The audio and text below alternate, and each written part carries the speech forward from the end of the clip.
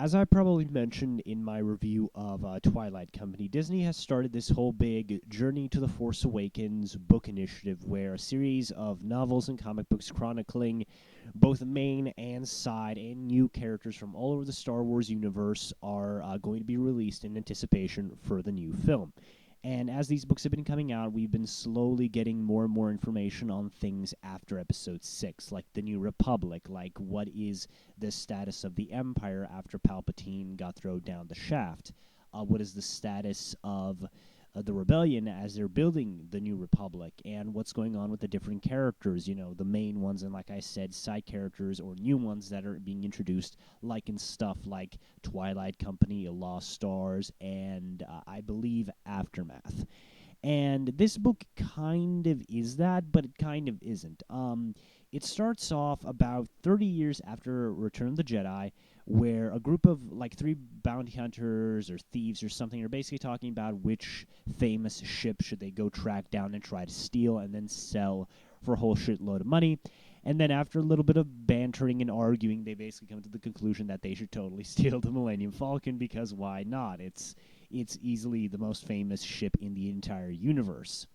And then a bartender, a mysterious quote-unquote bartender, comes up to them and he decides to tell them, you're not going to steal the Millennium Falcon, and here's why. And then he basically tells them a nice little story of one of the famous adventures of Han Solo and Chewbacca. And then we jump back 30 years to a couple of days after Episode 4. The rebellion is really excited by the destruction of the Death Star. The Empire lost its big mega weapon, and they lost a lot of high-ranking personnel in that, a lot of experienced engineers, soldiers. Grand Moff Tarkin bit the dust there, which is another big loss. And the rebellion is really pushing to, strike against the Empire, which is where we kind of get a slight connection to Twilight Company. But the main gist of the book is that an agent of the rebellion who has a lot of important information in regards to the leadership of the rebellion is kind of stuck behind enemy lines on a planet that is heavily controlled by the Imperials, and they need someone to smuggle him out. And then Leia picks Han and Chewie to do it. Now Han at this point in his life is still looking out for himself. He still really doesn't believe the cause, and he still doesn't really trust anyone because that's kind of what you have to expect when you're a smuggler. And this is kind of not really a theme, but this is kind of a reoccurring thing in the book itself. The whole idea that Han, besides Chewbacca and kind of the Millennium Falcon in a way, can't really learn to trust anyone just yet in the way a normal person can, because he's a smuggler, because he's a criminal, because he's been double-crossed by people who pretended to be his friends a lot of times, and of course double-crossed by his enemies, and so he just can't really trust anyone. But of course Leia manages to convince him to go and get the job done. At the same time, this important rebel officer is also being tracked down by basically female evil Sherlock Holmes.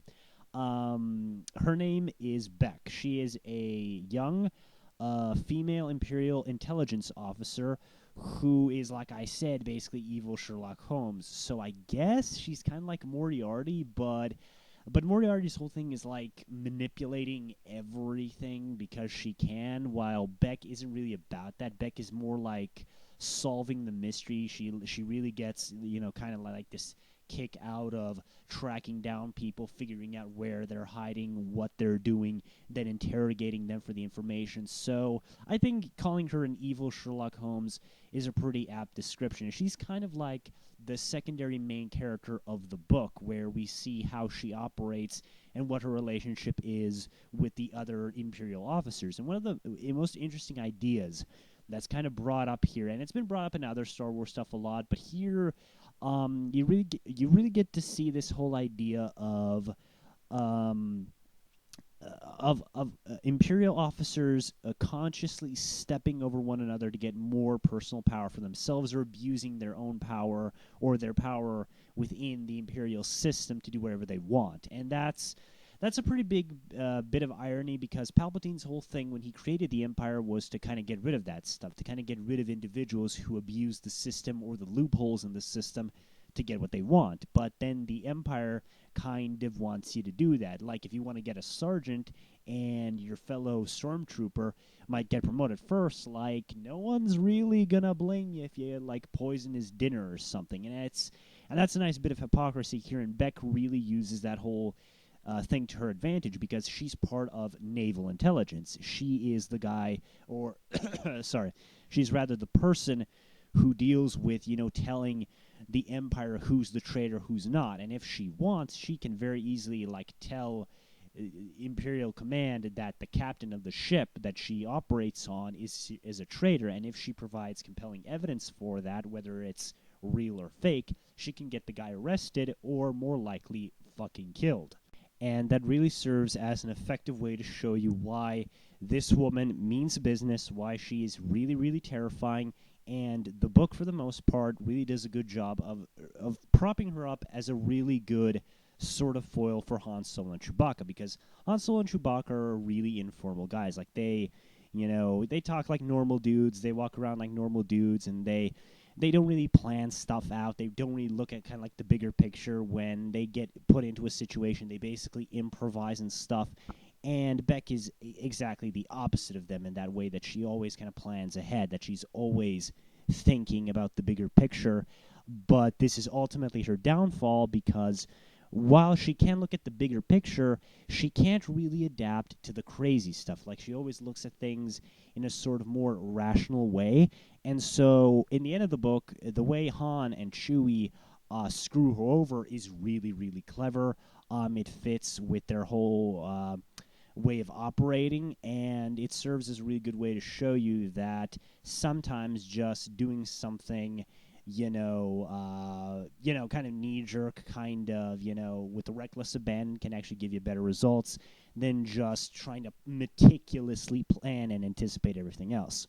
And the book has several other supporting characters. Like, there's this whole team of bounty hunters who kind of get really screwed over. Like, every time they almost catch Han Solo, because at this point in the storyline, Han still owes Jabba the Hutt a lot of money, and he has to get to Tatooine and give him the money, or else every bounty hunter in the universe is going to kill him.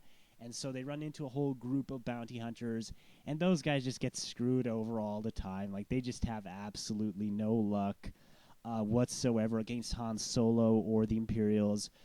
We kind of have another smuggler from Han's past, who kind of serves as yet another supporting character. She does have a really big role, but she does kind of serve as a foil to what I mentioned before about there being some honor among thieves. Like, even in a business that's all about lying and cheating and backstabbing, you still have a chance to meet some decent people who aren't just going to screw you over because they can.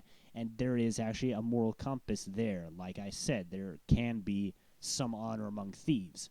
But I'm not trying to paint this book as something profane. Like, this is not a profane book. Like, this is literally Han Solo and Chewbacca getting stuck on a planet with evil Sherlock Holmes on one end coming after them, and then these bumbling bounty hunters coming after them on the other end, and it's just fucking crazy. Like I said, the book moves at a really brisk pace.